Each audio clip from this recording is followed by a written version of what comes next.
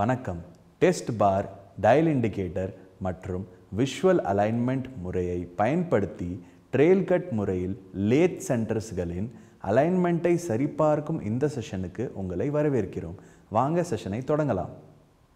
இப்போது இந்த பதிவின் நோக்கங்களை பார்ப்போம். இந்த பதிவின் முடிவில் உங்களால் முடியும்: காட்சி சீரமைப்பு முறையை பயன்படுத்தி லேத் மையங்களை சீரமைக்கவும், வேலையின் ஒவ்வொரு முடிவிலும் சோதனை வெட்டுக்களை எடுத்து மைக்ரோமீட்டர் மூலம் முடிக்கப்பட்ட விட்டத்தை சரிபார்த்து லேத் சென்டர்களை சீரமைக்கவும்,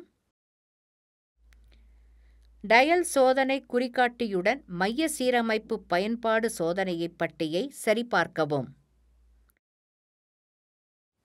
இந்த செயல்பாட்டிற்கு தேவையான கருவிகள்: steel rule, turning tool, micrometer, feeler gauge and dial gauge. துல்லிய தேவைகளை பொறுத்து லேத் சென்டர்களை சரியாக சீரமைக்க பல்வேறு முறைகள் உள்ளன.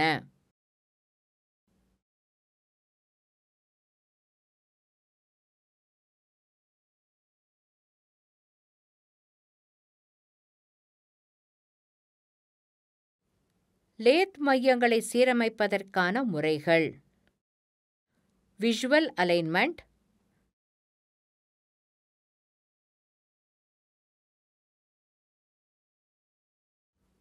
ட்ரையல் கட் மெத்தட்,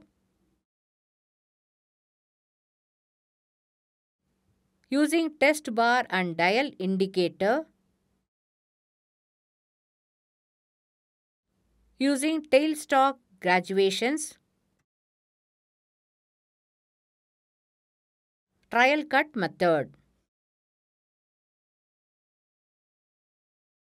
காட்சி சீரமைப்பு முறையை பயன்படுத்தி லேத் மையங்களை சீரமைப்பதற்கான வரிசையை இப்போது கற்றுக்கொள்வோம். டெயில்ஸ்டாக் கிளாம்ப் லீவர் அல்லது நட்டை தளர்த்தவும். டெயில்ஸ்டாக் பீப்பாய் சுமார் 25 மில்லிமீட்டர் வரை நீட்டிக்கும் வரை டெயில்ஸ்டாக் கைச்சக்கரத்தை திருப்பவும். லைவ் சென்டரில் இருந்து டெட் சென்டர் தோராயமாக 10 மில்லிமீட்டர் தொலைவில் இருக்கும் வரை டெயில்ஸ்டாக்கை இடதுபுறமாக ஸ்லைடு செய்யவும். புள்ளி மையங்கள் கிட்டத்தட்ட தொடர்பு கொள்ளும் வரை டெயில்ஸ்டாக்கை கைச்சக்கரத்தை திருப்பவும். லேத் படுக்கை மையங்களில் ஒரு வெள்ளை காகிதத்தை வைக்கவும். 2 மையங்களின் புள்ளிகளும் ஒரே வரியில் இருக்கும் வரை 2 திருகுகள் மூலம் டெயில்ஸ்டாக்கை சரி செய்யவும். 2 மையங்களின் புள்ளிகளும் ஒரே வரியில் இருக்கும் வரை 2 திருகுகள் மூலம் டெயில்ஸ்டாக்கை சரி செய்யவும். டெயில்ஸ்டாக்கில் உள்ள பகுதியை பாதுகாக்க தளர்வான சரிப்படுத்தும் திருகு இருக்கவும். சோதனை வெட்டுமுறையை பயன்படுத்தி லேத் மையங்களை சீரமைப்பதற்கான வரிசையை இப்போது நாம் கற்றுக்கொள்வோம். லேத்தின் மையத்திற்கு இடையில் பனிப்பகுதியை ஏற்றவும். உண்மையான உருளை மேற்பரப்பை உருவாக்கும் அளவுக்கு ஆழமான வேலைப்பகுதியின் வால்ஸ்டாக் முடிவில் திருப்புதல் செயல்பாட்டை செய்யவும்.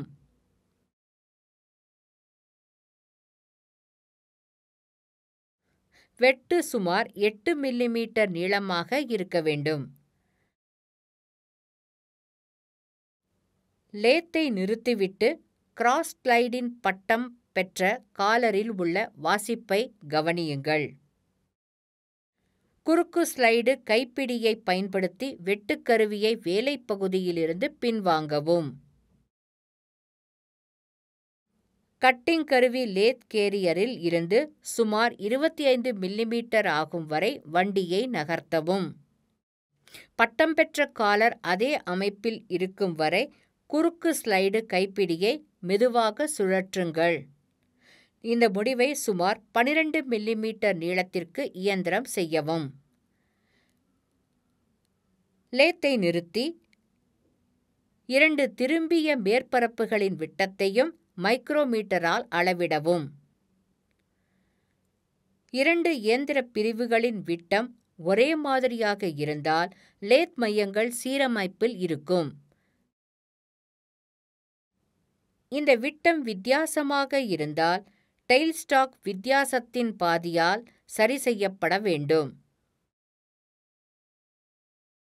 டூல் பாயிண்ட் மற்றும் ஒர்க் பீஸ் இடையே சரியான தடிமன் உள்ள ஃபீலர் கேஜை பயன்படுத்தி இதை செய்யலாம். டெயில் ஸ்டாக் முனையில் விட்டம் பெரியதாக இருந்தால் வெட்டும் கருவியை நோக்கி சரி செய்யவும்.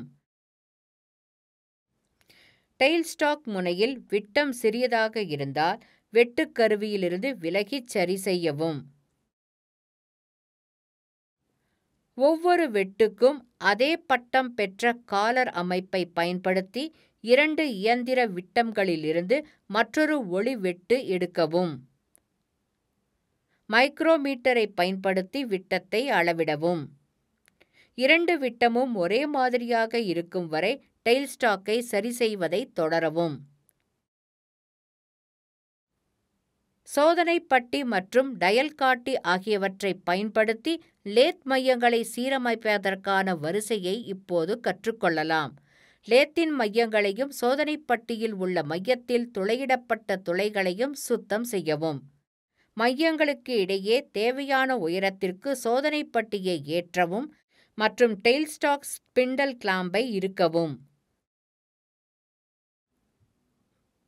டூல் போஸ்டில் அல்லது லேத் கேரேஜில் டயல் காட்டியை ஏற்றவும். தொடர்பு புள்ளி பட்டியின் மையத்தில் இருக்க வேண்டும் மற்றும் காட்டி உலக்கை செங்குத்து நிலையில் இருக்க வேண்டும். கிராஸ் ஸ்லைடை சரி செய்யவும். இதன் மூலம் காட்டி ஊசியானது டெயில் ஸ்டாக் முனையில் உள்ள விட்டத்தில் ஒரு பாதி புரட்சியை பதிவு செய்யும்.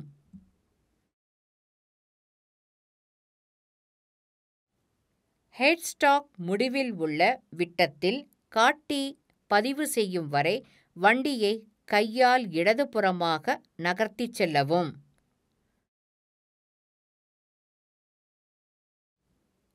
காட்டி வாசிப்பை கவனியுங்கள்.